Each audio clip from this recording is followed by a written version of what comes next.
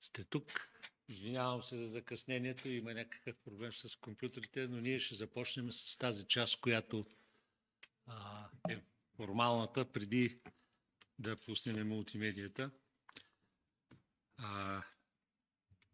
Въз основа на 9 международни изложби навсякъде по света, в това число и в Европарламента, в нашия парламент, нашето единение ден, заедно с съмишленици, сме завели една докладна до председателя на Народното събрание, доцент Наталия Киселова, до господин премиера, които молиме чрез всички членове на Сдружението, на експертите и на тези, които са пред вас, които ще представят, да разгледат тази тема, за която ние сме свикали през конференция. До мен стои професор Евгений Сачев. Както знаете, това е единственият професор в България, който е не само професор, но и практикуващ постоянно в областта на културното наследство и националната сигурност на България. Известен и в света, работил и дълго време и в Интерпол. Така че това е един от участниците. Другият участник отляво от мен е председателя на фондация Българска гордост Димитър Баръмов и неговата акредитация.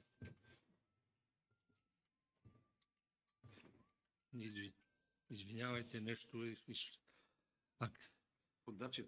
Фондацията му е акредитирана от Европейската комисия по проекта Еразъм за образование, и то за образование за възрастни в периода от 21 до 27 година сега. Единствената гражданска организация. Да, и то точно. Единствената гражданска организация не само акредитирана, но и той ще ви представи и какви продукти вече сме подготвили за евентуалното представяне в сесията на ЮНЕСКО в Париж. Така че той ще говори и ще ви покаже на тая тема. До него е академик професор Сашо Драганов. Той е председател на Сдружението на българските дизайнери и вече има одобрена изложба в Съюза на българските художници, където ще представи, той ще каже няколко хиляди свои продукта, които са свързани с нещо много модерно, нещо и много древно едновременно, за позитивни образи, които хармонират човек, дете, а и цял един такъв интериор, на който въздейства епигенетично, както определиха американските учени, или чрез един фъншуй, както са пък застъпили китайците. Другия участник е инженер Евгений, който е работил на 4 континента заедно с академик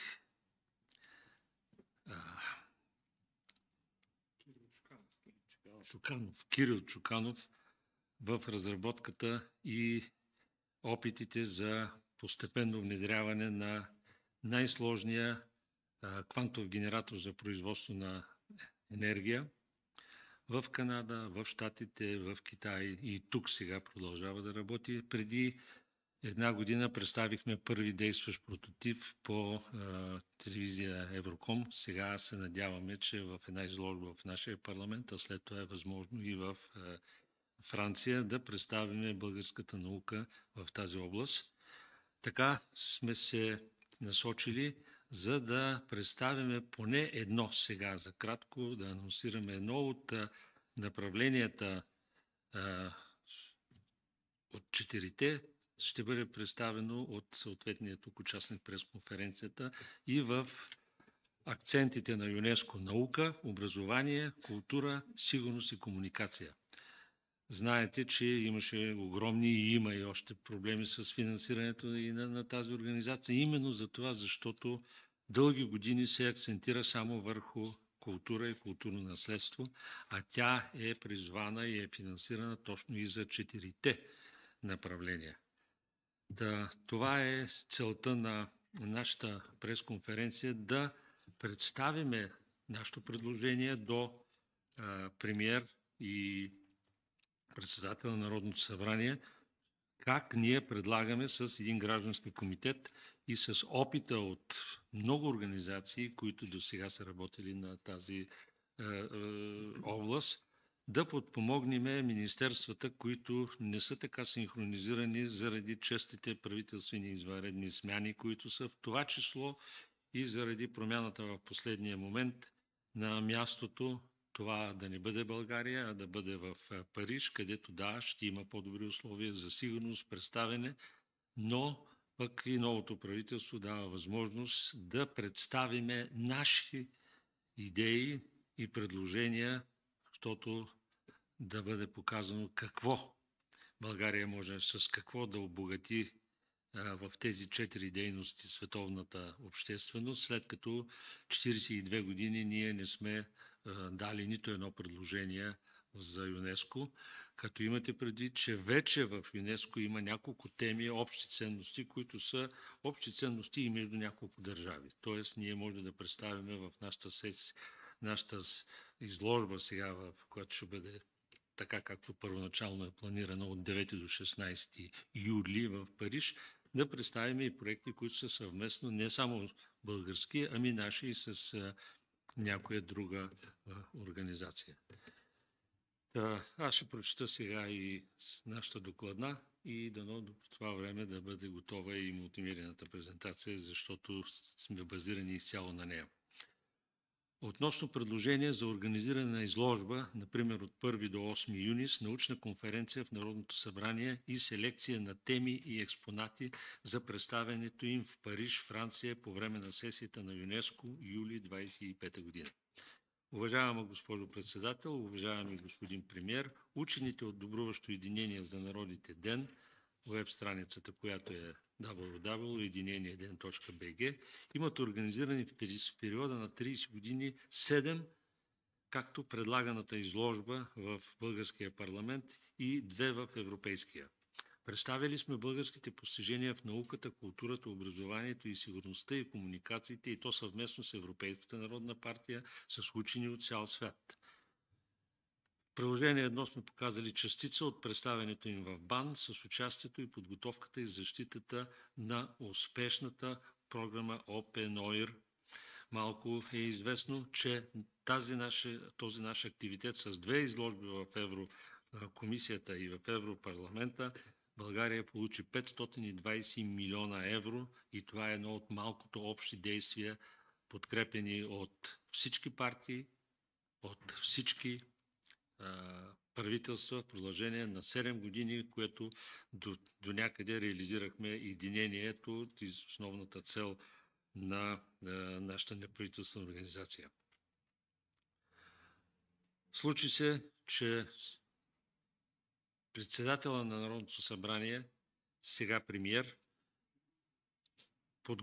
подготвихме съвместно тази изложба преди 1 година. Сега имаме възможност да я повторим, тъй като се оказа, че политическото противодействие доведе до невъзможност провеждането й. Сега, за по-пълно представяне на 4-те направления на сесията, ще предложим в тази изложба, която планираме след месец, малко повече след месец, участие на други неправителствени организации, участие на институти от БАН и на нашата промишленост и наши водещи предприятия също да се подключат в тази изложба, така, защото в продължение на 2 пъти събота и неделя и 5 работни дни да може всеки, който е заинтересован и има какво да предложи за една такава бъдеща изложба в Париж, в рамките на ЮНЕСКО и на тази сесия, да може да предложи свои виждания или пък да покаже недостатъците на това, което ние се опитваме да предложим.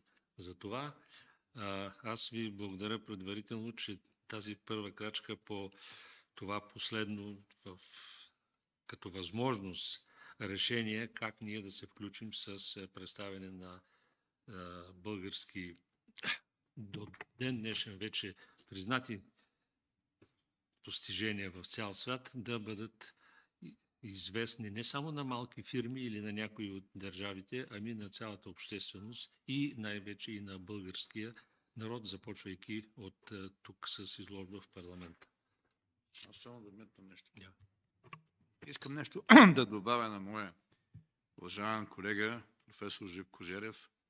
Не е необходимо да го представям, той е председател на нашата организация ДЕН. Да добавя, че във връзка с подготовката на 47-та сесия на Комитета Световно наследство на ЮНЕСКО, ние още миналата година сме поставили въпроса за участие с подобна изложба. Той спомена председателя на тогавашния председател на Народното събрание, господин, а сега министър-председател Росен Желязков. И в началото дадохме доста, оказахме помощ за организацията на именно домакинството на България, тук в България, защото знаете сега как се отнася това нещо и даже се представя в Париж. В нашите разговори и проведени такива срещи представихме, че да, наистина някои казват, че сме на трето място в света по културно-историческо наследство. Аз мога да кажа, че не сме даже на трето, а може би на първо, защото не е достатъчно проучено, не е достатъчно изследвано и най-вече не е социализирано, както се казва, не е популяризирано. Но ние имаме и много големи постижения в областта на науката, в областта на информационната сигурност, на комуникациите и то, бих казал, световни постижения. И тези неща трябваше да ги представим, тъй като с оглед не само, че едно подобно участие в Париж, само ограничено, а не в България, ще донесе и, така да се каже, и ще наруши някои бъдещи наши проекти, но най-вече, че и по отношение на бизнеса, не само в областта на туризма, ще има доста щети. В тази връзка, това, което правиме, последно искам да добавя, да акцентирам, тази изложба, която предлагаме не само в България, но и в Париж да бъде представена, до някаква степен да представи върховите постижения в областта на не само на, защото не знам как ще представим културното наследство, ние сме го представили, знаете, в Лувъра, в Париж и така нататък, то трябва на място да се види, но по отношение на научните постижения и в областта на информационната сигурност и комуникацията, ние можем да я представим достойно нашата страна на тази сесия в Париж. Благодаря. Искам набързо да минем в първата картина, която показва представяне поредно на моя милост като председател и на професор Иво Рангелов, който е заместник-председател на Единения ден в Германия и ръководи близо 10 години огромна програма нанотехнологии в Германия. След това консултант на техните програми, съответно в Китай и в Индия. Ние с него представихме нашата идея как да продължи тази програма тук в България. За съжаление, не можахме да го реализираме, но искам да покажа и нещо първо демонстративно, такова за всички. Той като председател на немската програма по нанотехнология, аз като нашата ще ви покажа само ето един от тези общи проекти в областта на първото направление, от което ще започна. Това е проект, стартирал преди 27 години, 25 години с китайски учени горе на Рилските езера, които те вече реализират, продажбите са над 1,5 милиарда, за изпарение на водата. Това е, но този проект още има поне 7 още следващи степени за които можем съвместно да работим и с Европейския съюз, и с целия свят, защото той се базира на една от най-сериозните теми, които ние сме избрали в областта на науката. В областта на науката,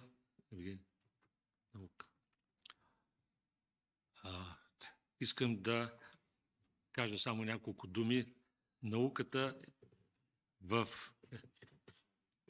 Науката като енергоинформация в празното, това искам да представим като акцент в нашите научни изследвания, които продължават.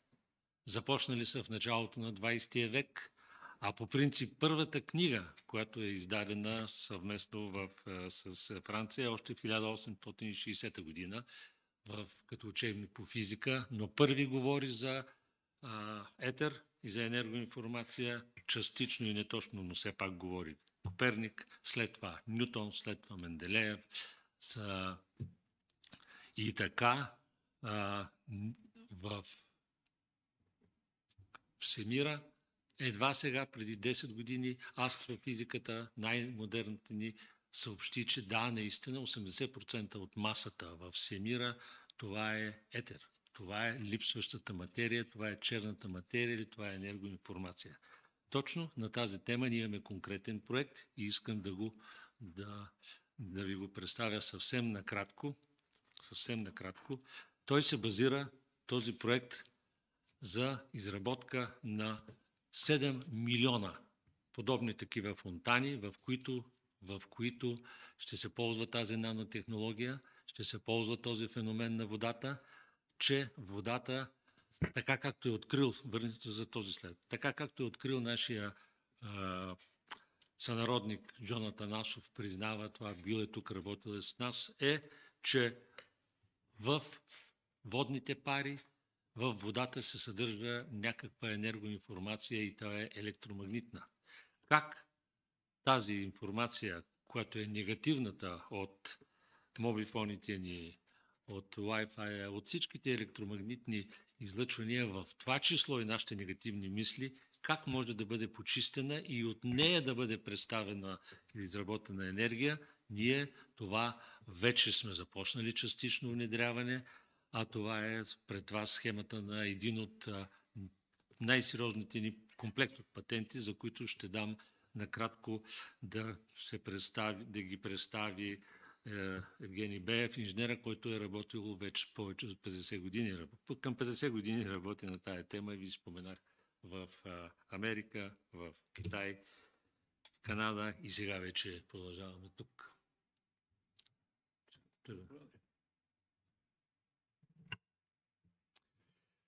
В основата си този проект се базира на така наречената имплозия, която се получава при изгарянето на оксиводородно гориво. С тази имплозия ние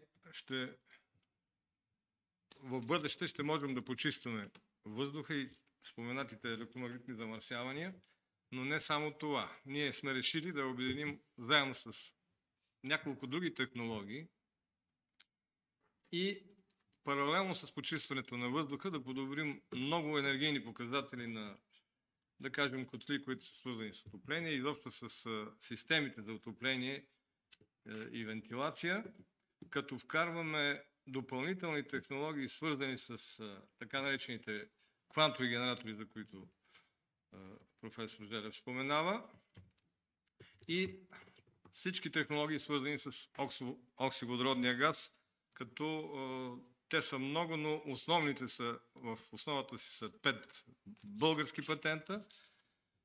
И кажи ги по-бързо. Тук мога да ви покажа просто така чисто схематично. Това са няколко патента български, нали, за съжаление, тук не ги виждате динамично, защото в PDF се налага да ви ги пусна. Свързани с генериране на квантова енергия, при която, примерно, въздуха, преминавайки през горивните камери на тия квантови генератори, променя основно свойствата си, носи допълнителна енергия, електричество, подобрява необходимите параметри. Втория патент е свързан с почистване на газове от тецове, да кажем, изобщо димни газове при получаване на електрическа енергия. Но тук има нещо още по-дълбоко. Паралелно с този процес ние внедряваме елементи на получаване на допълнително електричество по много интересни пътища, като създаваме специални квантови обекти, свързани с плазма, свързани с много високи налягания, свързани с съвсем други състояния на материята. В третата част има един български патент, който също работи през параметри на пространството.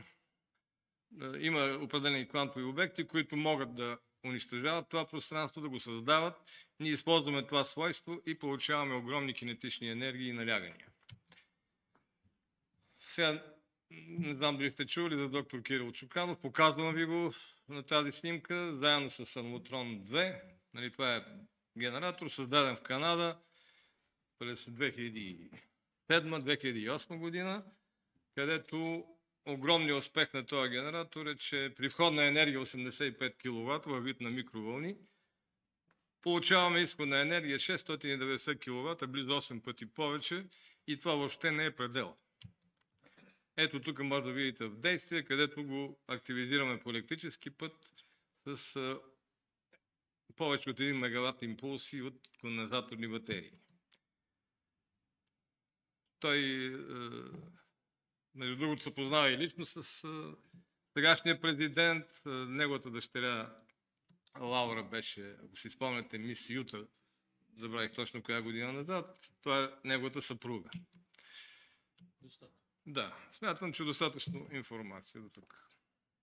Тук имаме комплекс от снимки, представени от институти от цял свят, които ще представим на изложбата. Как влияе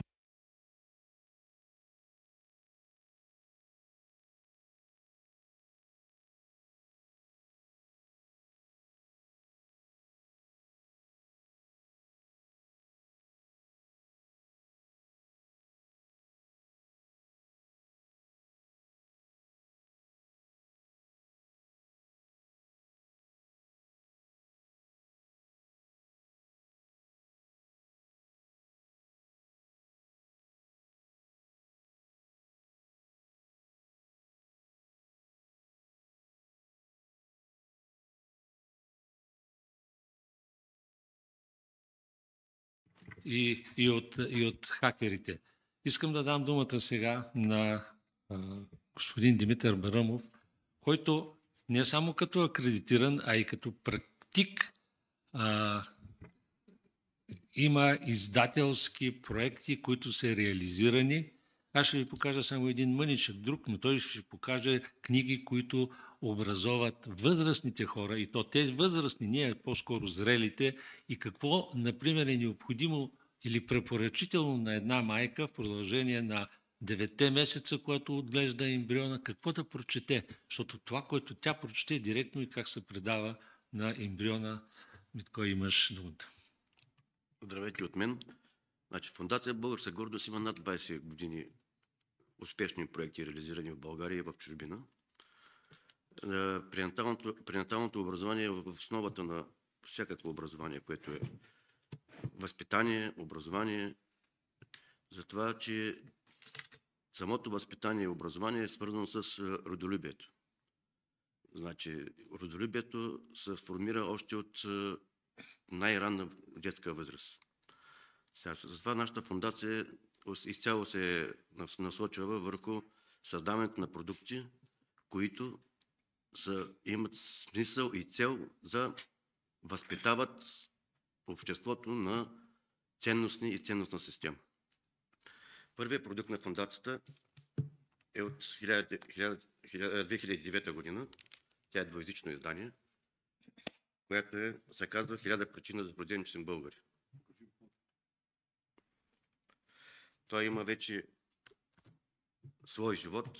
Правят национални състезания, регионални състезания, инспекторатите в Стара Загора, в Пловдив. Сега ще има национално представяне в на самата тема 1000 причини да са родени българи по нашата енциклопедия. А сега в чест на ЮНЕСКО с много солиден екип, финансиран за бъдеща сесия, е създаден друг продукт, алманах, който е много по-подробен, се казва Алманах България от А до Я. Пак е двуезично издание. Екипа, който го е създал, са много сериозни професори, доценти, учени.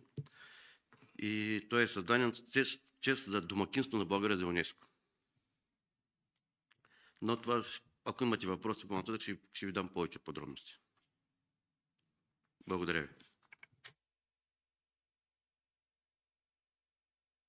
Ще допълня само за пренаталното образование. Ето тук една снимка на момиче, възпитавано пренатално, което и изкарва хляба си с подобни позитивни технологии. Виждате бижутата, които са на нея.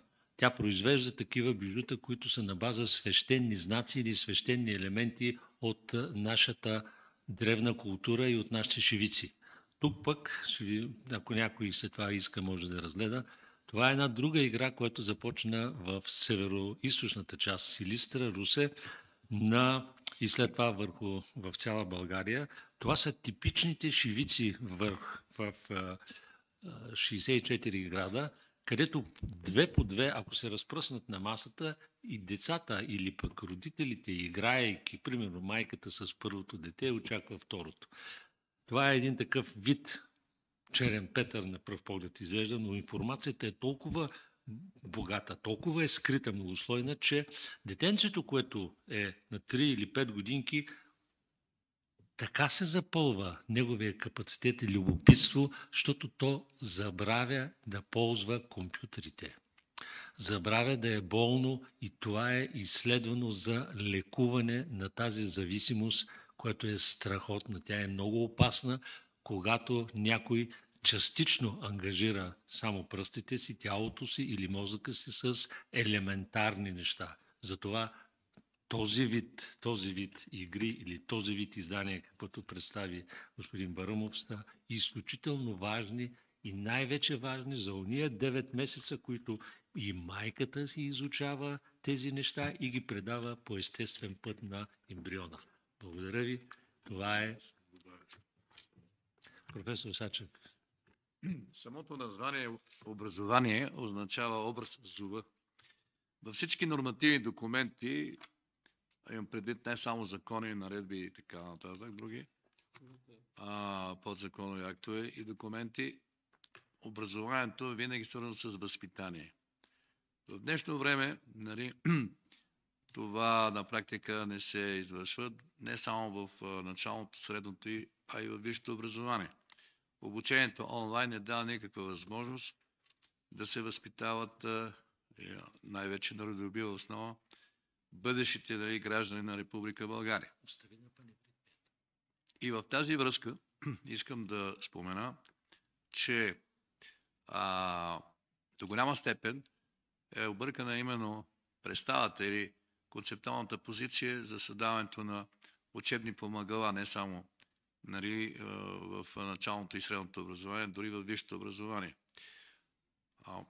Ако да кажем, давам един пример, стана напоследък разговор с един приятел, изучаваме българското възраждане, национално-освободително движение, културно-просветно, църковно, национално и така нататък, всичките основни неща, свързани както се казва, след 1762 година, когато се счита начална дата с написането на Паисиевата история, тези учебници не се обременяват с имена, рождени дати, други годишни и така нататък, т.е. с много факти, не само събитийни, а се изучава примерно чрез живота и делото, да кажем, на Георги Стойков Раковски. В неговата многостранна дейност и най-вече в рамките не само на България, а като световна, да кажем от европейска световна величина, това, което е направил, тогава ще разбереме ролята и мястото на нашата държава в основата на, когато ние българи стоим в основата на човешката цивилизация и по такъв начин ще възпитаваме хора, които вече да имат въображение, начин на поведение, при което да се гордеят не само, че са българи, а и да продължат делото на такива, които като Раковски, да не ги изброявам, приятел от наши национални герои, и по този начин да развиват и да разбират бъдещето на България като едно общо дело. Бих казал още едно-две изречения, свързани с това, че нашата изложба е една, така да се каже, концепция за позиция не само в областта на образованието, а и в областта и на науката. Значи, Българската академия на науките никога няма да се развива, съжалявам да го кажа публично, тъй като тя е институционално подредена. Институт по исторически изследвания, по твърдото тяло и така нататък. Тоест, по такива направления, по дисциплини, както те речат научни дисциплини, а не по проблемна тематика. Ако има, нали, БАН се структурира в областта, нали, на няколко глобални за България важни стратегически проблеми за нейното устойчиво развитие като общество, държава и нация, тогава ще има и по-голяма, нали, така да се каже, ефективност и ефикасност в действията на нашите, нали, пряко ангажирани в научните най-вече изследвания колеги. Така че в нашата изложба, която представяме, това са не само креативни, иновативни идеи и не само да покажем световно почти неизвестни даже за българската общественост нали, постижение, но и да покажем възможностите за едно стратегическо развитие в областта на образованието, науката, културата, информацията и комуникацията. Благодаря. Преди да преминем към четвъртото направление, което е сигурност и комуникация, искам в тази основна област, най-популярна за дейността на ЮНЕСКО, култура и културни ценности, да представя нещо, което сега се вижда на екрана.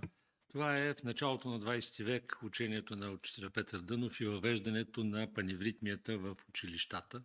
Това е достатъчно.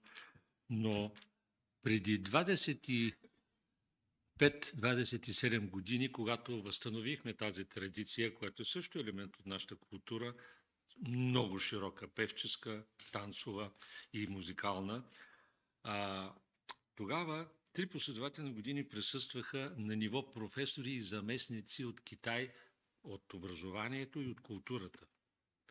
И изследваха тези методи на възпитание, след което започнаха и има в Китай серия от заводи, които произвеждат керамика, украсени с наши знаци и символи. Сега този продукт, който ви показах, паралелно с това се развиха и такива сериозни направления, ето като в Америка.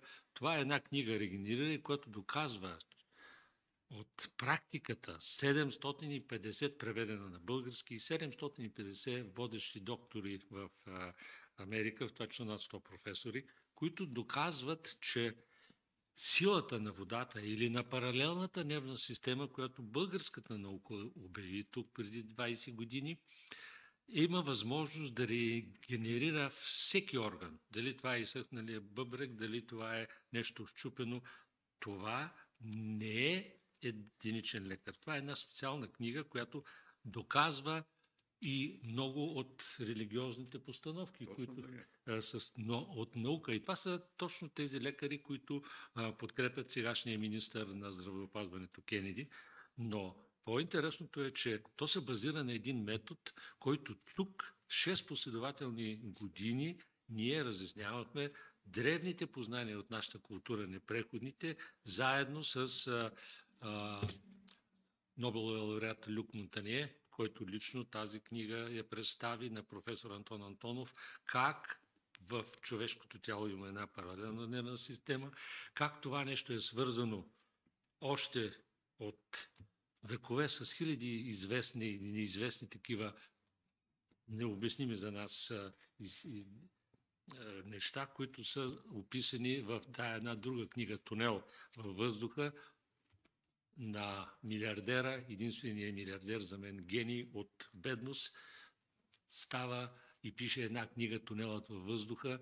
Фактически първото обяснение на един човек, който няма образование, но той потвърждава това, което казва Нютон, това, което казва Коперник, това, което казва Менделеев и това, което българската наука успя да докаже. Представихме такъв уред в Европейския парламент, благодарение на европейския председател на парламента, професор точно в тази област Ежи Бузек. България тръгна и получи единствена такава програма за безвъзмездно финансиране в науката. 520 милиона евро, които вече усвои, но имаше още една резерва за 480 милиона, така поне искахме един, която точно за това сега ще направим опит да представиме, т.е. не само да представиме култура. Благодаря ви. А сега за четвъртото направление – сигурност и комуникация, искам да дам думата на професор Евгений Сачев, който ще разясни нещо, което се случи и не можа да дойде колегата, който е. В сигурност и комуникация, която ние представих, покажи Интерпол просто за... Ето, само та. Ние представихме това, че работи в 2013 година българска технология, която преди това беше призната 2002 година на ежегодната, тя не е ежегодната, извинявайте, на всеки 5 години сесия на ООН в Йоханесбург, че българите са разшифровали общия код на всички свещени религии. Това нещо, произведено в практиката, е внедрено в нашите документи. Нашите българските документи е внедрена тази технология. Ето тогава ние представихме колегата Симонски, мога да кажа спокойно, възпитаник на професор Сачев. Той сега ще има грижата да представи по-голямата част от тази. Благодаря. Искам преди това да кажа, приемам един такъв факт, който показва световното значение и на ролята на такива наши национални учени, с които започнах по отношение на живота и делото на Георги Стойков Раковски, да кажем, Васил Левски и комуникацията. Значи, в така начата нареда, която за работници освобождението на България, която е писана в периода 1871-72 година, има, нали, това е как ще структурира тайната полиция, комитетите за освобождение на България и така нататък, отговорностите и правата на съответните, нали, които ръководят отделните структури. И там е написано, че едно от задълженията на войводите е да осигуряват комуникационните полоси. Както е известно, думата комуникация и науката комуникация се развива 100 години по-късно. През 1960 година започват първите научно-теоретични, първата парадигма за това, що е съдържание на понятието комуникация. А нашият, нали, Васил Левски го е казал в съдържанието, което, нали, практическо, така да скаже, насочено в тая наредба, го е казал още през 1871-72 година.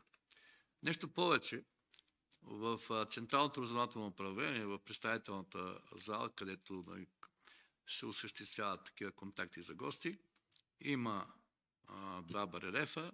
Единият е на Теофан Райнов, това е сина на Дук, позабравен наш и книжовник, и възрожденец, учителят от Карло Райно Попович, при когото само да вметна, както известно са се обучавали, т.е. са образовали дори, бащата на Христо Ботев, самия Васил Левски и така нататък.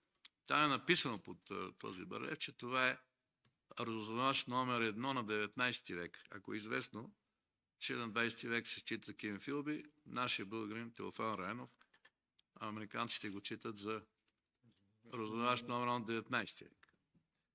Но там под барелефа на Левски, в тази централна представителна зала на Централното разузнавателно управление, е написано, че наредата на Левски, за която вече го казах, е използвана за създаването на вътрешно-нормативната оперативно-организационна база на Централното разузнавателно управление. Тоест, уменията на Левски са използвани там.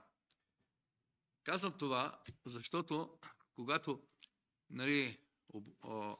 в различни образователни форми обучаваме и образоваме млади българи по комуникация и информация, трябва да, така считам аз, за редно да започнем от изначалието, от това, което е свързано с българския принос по определените, не само научни направления. Тук на слайда, който в момента е пред вас, е представен един от съветниците на президента на Китайската народна република и другата дама е известна. Не знам как е станала тази снимка случайно, но става дума за следното, че по отношение на един проблем, който тепърва ще се става глобален и все повече се осъзнава като глобален проблем, както с климатичните промени и други такива глобални проблеми, както и продоволствената сигурност, за която ще говоря след малко, е проблема с фалшификациите. Тук от слайда само това да кажа, че без да вкарам някакъв вътрешно и политически проблем, вътрешно-политически проблем, но искам да кажа, че всички, които говорят за борба с корупцията, почти всички, не съм чул някой от тия водещи, така да се каже, и за мен политиканстващи, простете за израза, кавички лидери, които говорят за антикорупционни мерки и не споменават нищо за фалшификатите. Фалшификатите не само в България, така да се казва, световен аспект. Доказано е, тук в сайта го има, че вече, особено сега за 2021 година, по данни на Интерпол, повече от 4 трилиона е стойността на фалшификатите, които са в обращение, в оборот. И ние, имам предвид най-вече един по-така тесна работна група на професор Живко Жерев, е разработил и отдавна патентован такъв технологичен продукт, свързан с борба с фалшификати на базата на не само на кода на всички религии, да го кажем, 300, колко е кода, Живко? Кой е кода ли? Да, на религиите. Няма изчисление. Добре, но допълнително, с негово разрешение. Но става дума за това, че на базата на българските шивици е разработен именно такъв продукт, в който много ефективно и ефикасно се противопоставяме на организираната престъпност в областта на фалшификациите. И той е признат патент. Всяка ценна книга, не само ценна книга, не само парични единици и застрахователни полици, въобще митнически документи, всякакви от този род бандероли и така нататък могат да бъдат по такъв начин, с енергиен код защитени, а ние вече имаме такива практически реализирани проекти в отделни държави, ако някой се интересува допълнително, ще дадем информация. Но в България, въпреки това, че ги представяме, не се възприема. Въпреки, че почти всички шефове на спецслужби са съгласни с то няма как да се използва в Интерпол този наш продукт. В тази връзка, още преди няколко години разработихме проекти за така ще продоволствена сигурност. Продоволствена самодостатъчност. Защото и това, което става в Украина и на много други места, е връзка с разпределение на продоволствените ресурси. Продоволствена самодостатъчност и въобще на въпроса за продоволствие става изключително фундаментален от световно равнище. И помощта на Тракийският университет, неговото най-вече ръководство, на професор доктор Добри Ярков, който е заместник председател на съвета на ректорите, който е миналата година беше доктор на годината. Разработихме и имаме вече единствения в Европа Институт по продоволствена сигурност, съответните магистерски програми и други разработки, научни изследвания. Беше обявено още миналата година, че 160 милиарда евро от началото на тази година ще бъдат насочени по линия на Европейската комисия за преодоляване на продоволствената криза. Нали, да не казвам какви фрапиращи неща съм видял, дори даже от делегации от Африка в Брюксел, във връзка с изхранването. И въпреки всичко, нали, бях потресен, да не кажа някакъв друга дума, от решението 800 милиарда да бъдат насочени за въоръжаване. Значи, това е една, за мен, безумна политическа позиция, тъй като виждате и от климатичните промени, не говоря само сега за това, което се случи с череши, праско и ложки, а продоволствието е много по-широко, като разбираме в нашата концепция, която се възприе от Европейската комисия. Миналата година то не е само производство на храни и тяхното потребление, така е, че там food security, както е известно, а продоволствие е много по-широко понятие. За да продадеш един хляб, са необходими около 45% себестойността газ. Има хляб, т.е. енергийна сигурност. Но в момента, нали, бюджета за здравната каса расте, въпреки проблемите, знаете, с финансирането на държавния бюджет. Просто неудържимо, да не кажа някакъв друг израз. И с още 15 милиарда ще бъдат, нали, от заплащаните, т.е. от услугите, които ще се извършват не чрез държавно финансиране, и 80 милиарда да стане бюджета, пак резултатите в здравеопазването ще бъдат, да кажа, нали, по отношение, нали, на здравния статус на населението, плачевни. Тоест, качеството на храната и въобще на всичко, което свързано с продоволствието, като са махнат тия фалшификати, да не казвам, нали, какви храни фалшиви се храниме, особено бедните хора, т.е. тези, които нямат достатъчно финанси за да се обличат, с храната и така нататък, да се поддържат. Качеството на храната определя и здравната сигурност. Ако ние не подробиме именно качеството на продоволствието, каквото и да правиме, следваме след събитията. По същия начин става дума за екологичната сигурност, за военно-отбранителната сигурност. Всичко е свързано вече с продоволствената сигурност. Все по този проблем е важен. Но за съжаление в България, въпреки нашите усилия, имам предвид не само институционални от Тракийския университет, а и от граждански организации, с които сме в съдружие, работиме заедно. Предложили сме дори и една програма, дългосрочна за 10 години напред, по отношение, която трябва да бъде гласувана от Народното събрание, така не е разгледана, по отношение на осъществяването на продоволствена самодостатъчност на нашата страна. Няма да се спирам, това е много голям проблем. Аз и тук съм участвал в конференции по отношение на цените на стоките и така нататък. Следваме след събитията, и то много след събитията. Трябва да обърнем, нали, своята концепция като отношение по тези въпроси още от самото начало на формирането именно на система за дългосрочно устойчиво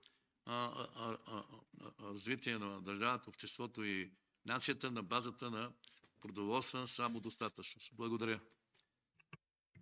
И за да завършим, искам да дам думата и на професор академик Сашо Драганов, защото това, за което говори професор Сачев, е невъзможно без и дългосрочни програми на възпитание, а това възпитание, което той ще демонстрира в залите на художествената, на Съюза на българските художници, се базира и на внедряване на много студенти, които негови възпитаници в Германия и в България, но формата, която дава хармония, спокойствие, той ще представи ще каже, Сашо, кажи с колко хиляди бройки, къде и кога и от колко ще бъде, представи си.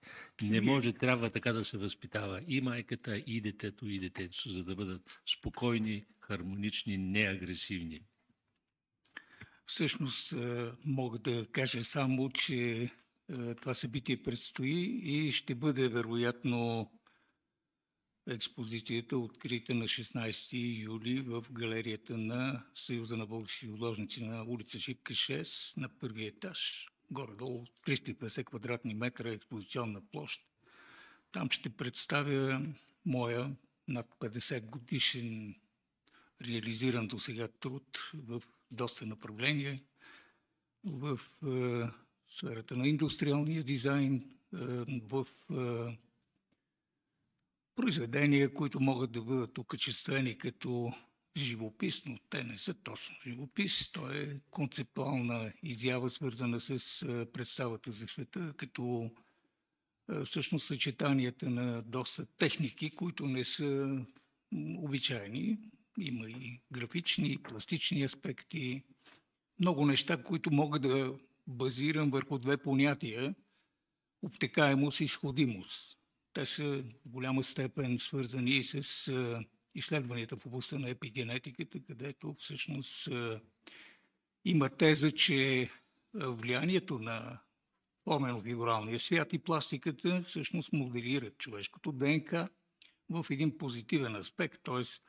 ако вие живеете в един агресивен свят, то този свят ще ви моделира така, че и вие самите да бъдете адекватно агресивни. Ако съответно света е хармоничен, да е втората част, ако обичаш. Всъщност тук са част от нещата, които ще бъдат там. Има много интересни тези, според мен, от архитектура, човешки хабитат. Ето, например, тук е нашата теза за фонтани, които смятаме да реализираме в екстериора, в градските паркове, т.е. да представим 5 агрегатни състояния на водата, например, където де-факто освен течното имаме твърдо, имаме суграшица, имаме и състояния, които примерно до сега първообразното, но и състояние, в което водата гори и в което състояние де-факто водата е възможно да чисти всякакви ментални и проистичащи от фината енергетика проблеми. Тук виждате някои неща, които са концептуални проекти за човешкия хабитат. Една комплексна жизнена среда с хармонизиране на обектите в нея. Са възможни аспекти от неща, които ежедневно ползваме и които биха могли да бъдат част от хармонизацията на човека с един по-хармоничен и по-прекрасен свят. Накратко това е. Ако имате някакви въпроси, неговите са хиляди, заповядайте на изложбата, но аз не случайно ви раздадох визитните си картички, понеже нашето единение включва около 200 професори, които са в България и в чужбина и толкова много неща може да представиме. Ако някой има желание, нека да ги изпрати или на картичката, която получихте, или директно на сайта. Там също има почта www.единениеден.bg. И понеже Единение почна да става толкова и популярно, вече си имаме 2 партии с име Единение, още няколко други неправителствени. Зато нямаме нищо общо с тях. Ние сме ден добруващо единение за народите. Само добруване може да направи истинското единение и то не само за един народ, а за всички народи. Защото не може само българския народ да бъде щастлив, а съседните да са нещастливи и бедни и тогава естествено са причините за война и за проблеми. Благодаря ви за вниманието. Времето свърши, но все пак още не ни гонят, така че ако имате въпроси, Кажете се. Прави впечатление лошата организация, липсата на млади хора и липсата на журналисти. Това възразявам. Да. Моля ви да го поправите. Точка 2. Не съм съгласен с професор Сачев по отношение на БАН. Напротив, ние създадохме един страхотен център за иновации. Нютон. И то заедно с Българска академия на науките. И направихме първият в България и в света, и сега го изнасяме като продукт в Индия също. Това е решавайки въпроса с охлаждането. Не е проблема в отопление. Разходите в отопление станаха по-малки, отколкото в кулинг. Ние имаме зеолит, и той е минерален зеолит, но имаме и един зеолит, който е плод от нашата дейност в Марица Изток. Изследвайки го този зеолит, Вижте, аз ние тук... добихме, извинете. Аз ще ви, понеже мина времето, аз ще ви поканя директно. Не, няма какво да ме дайте каните. участие в тази изложба. Просто отнесени сте от вихъра, бе, колеги. Разбирате ли? Да. Вие трябва, напротив, да изнесеме най-напред, най-основно, добре, прочистването от електромагнитните трептения на тези фонтани, които вие сте радетел. Това трябва да направим, за да спрем изпързването на мозъците на младите. Акцентирайте нещата. Не ги отнасяйте в разни спомени и разни книги, които, както виждате, няма интерес от младите. Защо няма? Задайте си въпроса и когато си отговорите, ще намерите решението му. А ние създадохме и енергия и култура.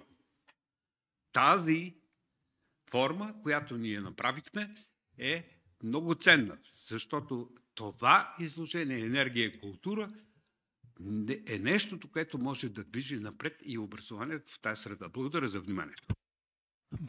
Благодарим също и ние, постоянно сме. Ето това е една атмосфера, която е винаги и при сбирките ни, дискусия и открито говорене на мнението. Но аз ще подкрепя професор Сачев, защото работя с Българската академия на науките точно 52 години. И последните две национални програми, ще ви кажа, за съжаление не се ръководиха от БАН.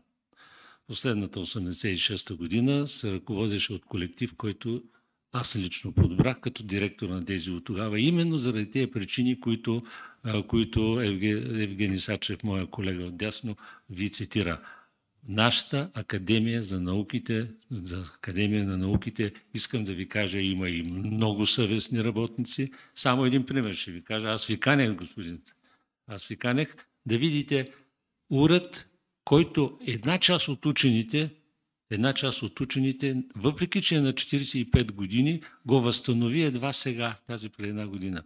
И то с огромни разправи вътре БАН. БАН заради нейното именно институционализирано такова, организирано, как да ви кажа, и затворено общество, закъснява и затова много наши внедрявания и патенти са в чужбина, внедрявани, а не тук. И аз мога да ви покажа документи за това. През цялото време, в този период съм се разправил и напълно подкрепям Евгений Сачев. Благодаря ви. Има ли някакви въпроси още? Добър ден. Уважаеми професори, казвам се Десислава Желязкова.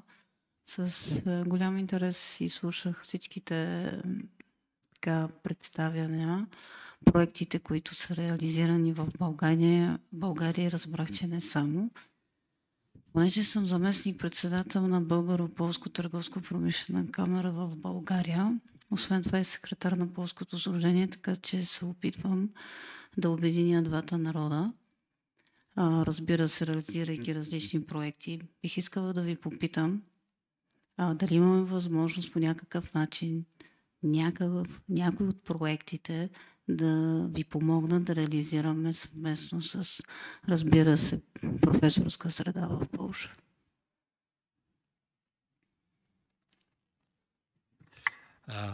Вижте, има възможно сега аз искам да ви кажа това, което се случи миналата година, точно преди една година, Полската академия на науките в лицето на най-стария и водещ институт, Институт Машин Пшепливових в Гданск, ме покани да чета лекция на тая тема и от един огромен състав над 1000 души, директора беше избрал само 50 и няколко такива учени, за които искам да ви кажа, че 1/10 от тях, значи разбирате по-малко от 5 души, се съгласяваха с протоколите на двете академии, които в Полша бяха разгледали, одобрили и изпитали и закупили тия нашите първи генератори. Това е Академия Горнича Хуча и Полска академия наук, които бяха направили изпитанията, доказали, че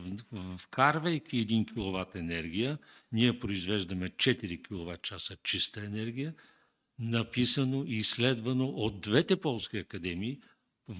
Най-водещия полски институт се оказа, че 90% от учените не вярват в това. Така че това е състоянието на много често на академии на науки или на така, както той каза, институционно организирани. Те си имат теми, те си имат заплати, те си имат това нещо, имат си направление. Нещо, което е извън, може да е дошъл извън земен или пък свръх медиум да им каже какви ли неистини. Не, той си има това и не иска и за това не се занимава. Бяхме на една такава среща само преди няколко месеца, в края на миналата година, с професор Стоян Марков, който не само, че е работил на времето в иновации и отговарял такъв и то на ниво политбюро, но сега движи... Сега на БКП. Да. Кажи го, Да, на БКП. И сега ръководи такъв гигантски проект в ЦЕРН. Той тук му закупиха суперкомпютър. Сега втори му закупуват. Но тези неща, когато ние представихме преди толкова време, никой не вярваше.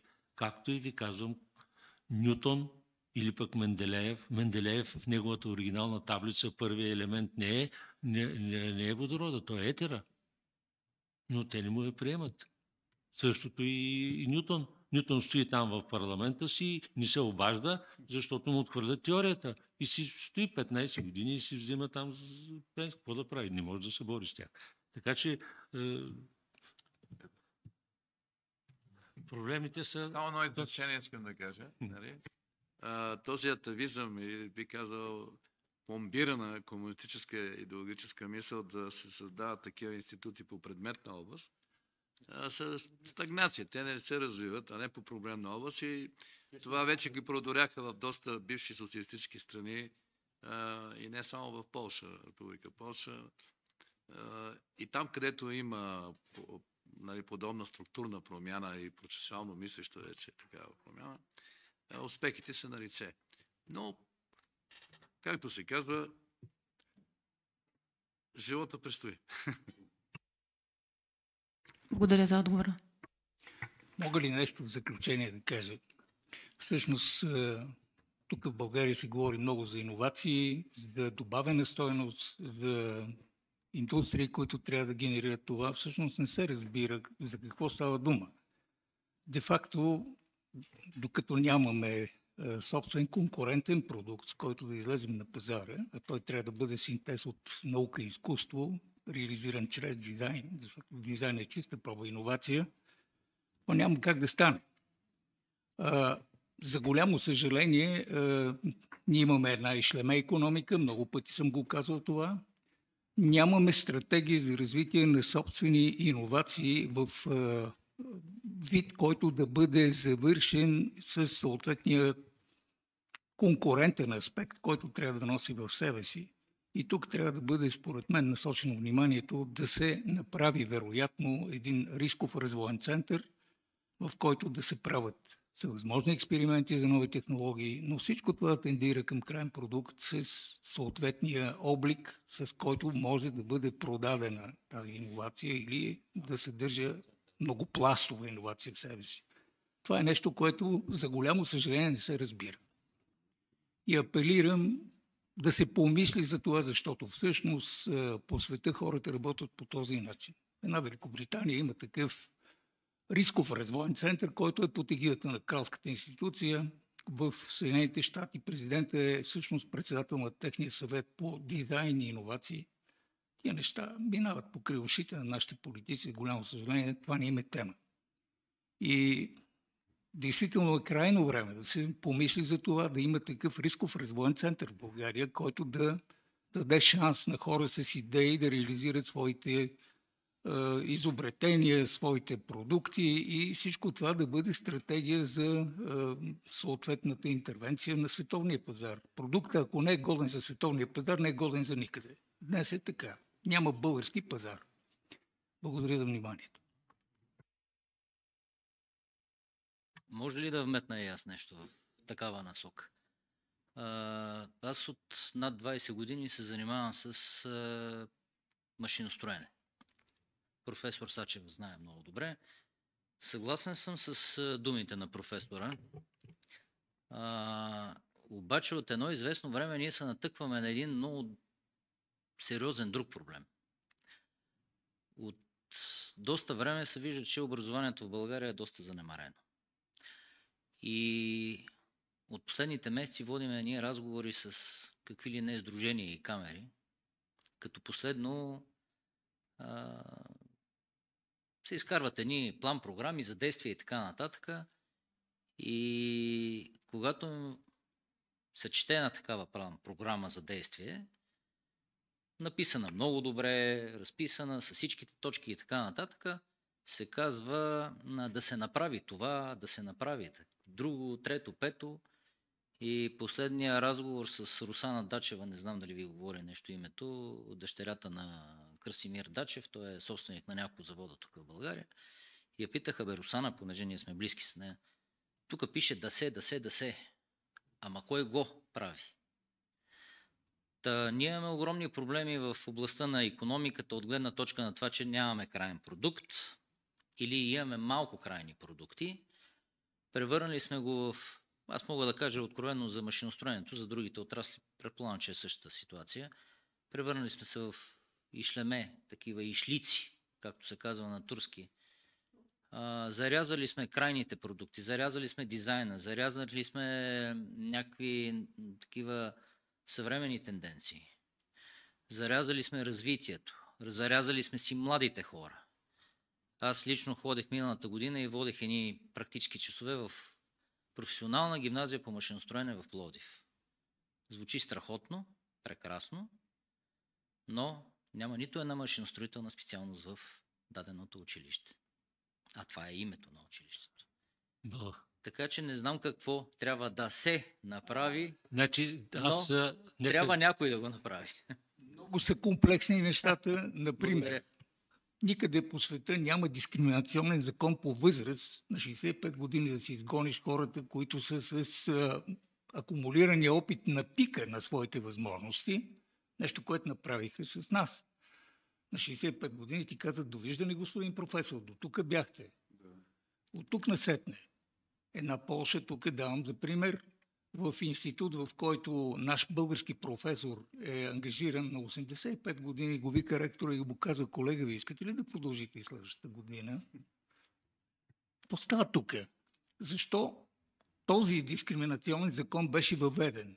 И кого обслужва той?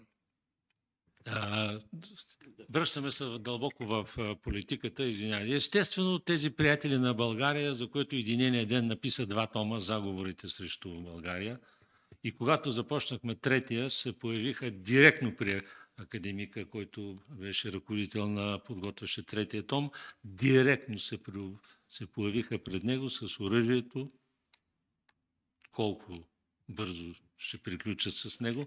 Така че това са неща, които не трябва да обсъждаме. Приключила е пресконференцията вече. Но тези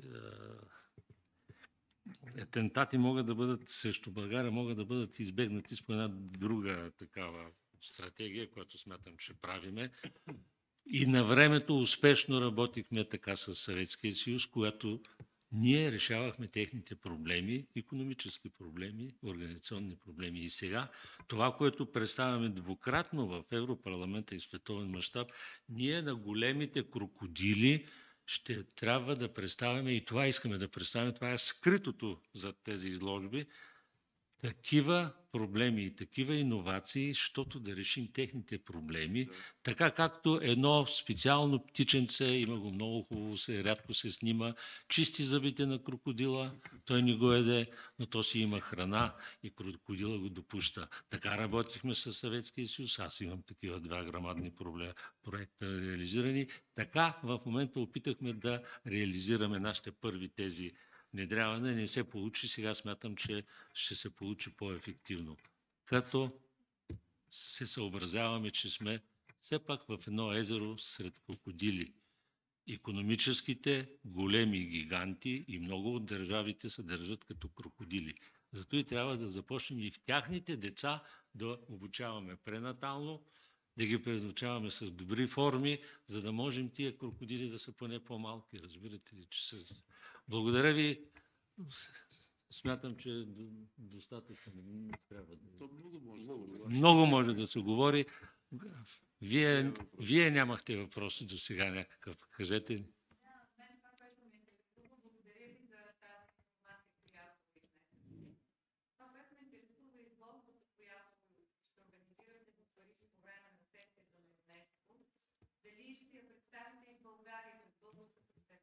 Ма точно, вие значи, може би не сте дошли. Точно това, което четохме, ние сме предложили да бъде най-напред 9 дни, 1 седмица с 2 съботи и недели в нашия парламент. И да може да бъде събота и неделя отворена, това сме го правили 7 пъти. И учени, други институти, общественост, те, когато искат, могат да посетят събота и неделя. Това бяха отворени. Обаче, така че това така ще опитаме. Имате координатите ми, кажете къде да ви изпратиме допълнителна информация и с това. Но това ние разчитаме да бъде това, което покажеме тук в нашия парламент, да бъде само едно предварително наше виждане на гражданския комитет, който... какво ще представи министерствата, какво ще представят, какво ще допълнят другите организации. Лично 2 пъти съм писал на БАН. 2 пъти съм писал на БАН. За сега нямам отговор. Но справили сме с БАН и по един много такъв интересен начин. Директно купуваме залата им, насрочваме до дневна конференция и четем срещу БАН. Мога да ви покажа. Четем срещу БАН какво не развиват, какво сме предложили и какво могат да развият. Да. И критично 2 дни. И знаете ли какво се получи на втория ден? Понеже демонстрирахме такава онлайн. Залата се опразни, а връзката иначе онлайн стана 600 души. Иначе в залата имаше 200 първия ден, а във втория ден имаше 600 души, които ни гледаха това, а в залата имаше 20. Снимано черно на бяло 2011-2012 година. А представяхме неща, които представихме в Европарламента, за които има шанс да получим 1 милиард. Тогава беше така. Това е точно се случи в БАН, така че го имам документирано. Благодаря ви. Да. Първата ще бъде в България. И след това имате ли някакви планове? В Париж, точно по Париж, там, да, за ЮНЕСКО, и то да засегнат като теми. И то като засегнат, те се превеждат на всички езици, пращат се да се включват в учебниците им като предложение, като постижение. Благодаря ви.